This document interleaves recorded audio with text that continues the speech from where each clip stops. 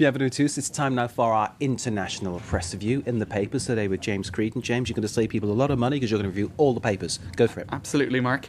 So first of all, looking at the Lebanese and the Israeli press. This is the prisoner swap. Prisoner swap, okay. Or the so-called prisoner swap, seeing as two of them from one particular side, the Lebanese side of the exchange, were dead. And of course, this only emerged as the prisoner exchange took place. I imagine this contrasting reaction on this. Sure. Very much so. If you look at the front page of the Lebanese daily L'Orient Le Jour, you have two photos, two pictures, which I think show the contrasting emotions.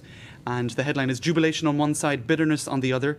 A chapter is closed." So, I mean, I think this really sums it up. You have a lot of revulsion, not just in Israel, but also in Lebanon, about the tactics that Hezbollah employed here, not informing the other side that the prisoners were in fact dead until just before the prisoner exchange.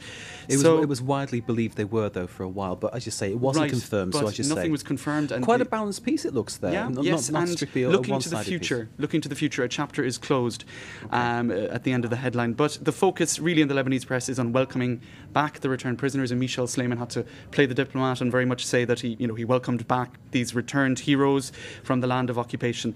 But in the Israeli press, obviously a much grimmer tone, which is to be expected. There was an opinion piece in Haaretz which said an exorbitant price was the headline, and it called the whole experience humiliating and exorbitantly expensive. But on a positive note, back in the Lebanese press, it reported on Hassan Nasrallah, who is the leader of Hezbollah, sounding a much more conciliatory tone and saying that he was reaching out to the Israeli majority and open to dialogue regarding defence strategy. So possibly this could pave the way for perhaps dialogue between the two sides in the future. Interesting move.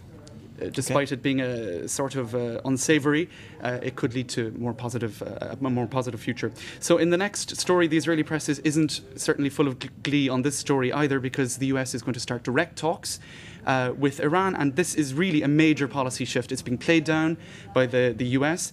They're just saying it's a change in tactics, but it's much more than that. Especially, you see here there's a major analysis of the shift in the New York Times.